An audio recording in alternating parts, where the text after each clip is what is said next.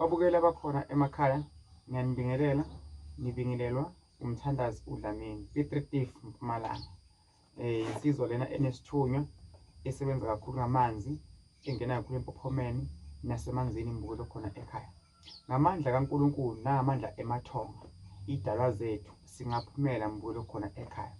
Futhi nangamandla esithunywa, nangamandla kaNkulunkulu, nangamandla ey'dalwa zethu, ngenzeka impilo yethu ibheke phansi ingaphumeli imbukelo khona ekhaya. Ukuthi amagama siphethwe imbukelo khona ekhaya, asikayiphathi.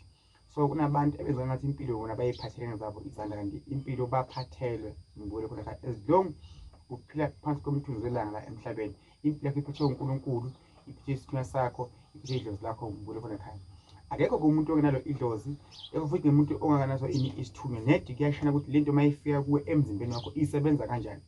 Kunabantu abangenwa idlozi kumele ukuthi bathwasiswe bese balapha abantu ivuke imizi abogogo nabomkhulu. Kunabantu abangenwa isithunywa ekumele bakhulekele abantu, basize abantu, babathandazele ivuke imizi abogogo nabomkhulu. Bese bakhona umuntu okose ukuthi ungenwe isithunywa ekudinga ukuthi asihlambulule kuphela, aqhubeke ahambe afune umsebenzi awuthole, asebenze aqhubeke nempilo yakhe iphambili. Kodwa ihlambuluke ini lesithunywa emzimbeni wakhe.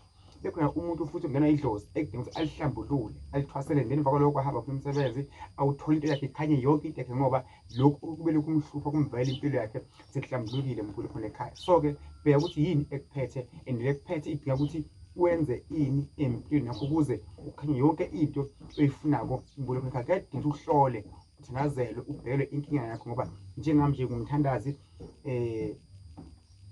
nebandla, ngisiza abantu, ngikhanda iwasho, ngithandazela abantu, ngifake abantu emanzi. Kusho ukuthi amagama isithunywa esangena sasizima ukuthi sithi ngeke ngingena sihlambulule bese mina sengenza ini umgomo waso, ngibe nesonto, ngikhulekele abantu, ngisiza abantu, ngihlale phansi ekhaya.